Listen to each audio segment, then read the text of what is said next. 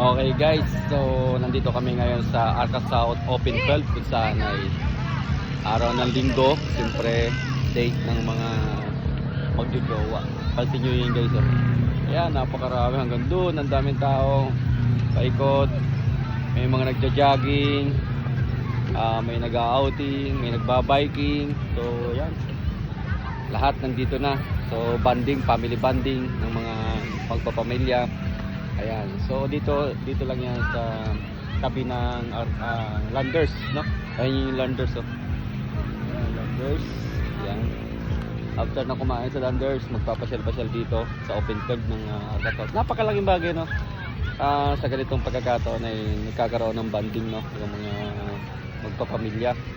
So halimbawa kung stress kayo sa bahay ninyo, punta lang kayo dito o sa open field ng Arca South dahil libre naman po ito. And then libre din yung parking. Yun, no? So dyan yung parking, tapos tawid lang kayo dito at andyan yung nag-i-enjoy yung mga kiddos, mga bata. Ayan. Pwede magdala ng mga alagan yung aso. Banding talaga. Okay, dito lang yan sa Arca South Open Field, no? Yan. So tuloy-tuloy lang siguro hanggang naka-free pa to, naka-open pa, mabait pa yung may-ari ng Arca South. Eh talaga pinahintulutan ng ganito mga pagkakataon.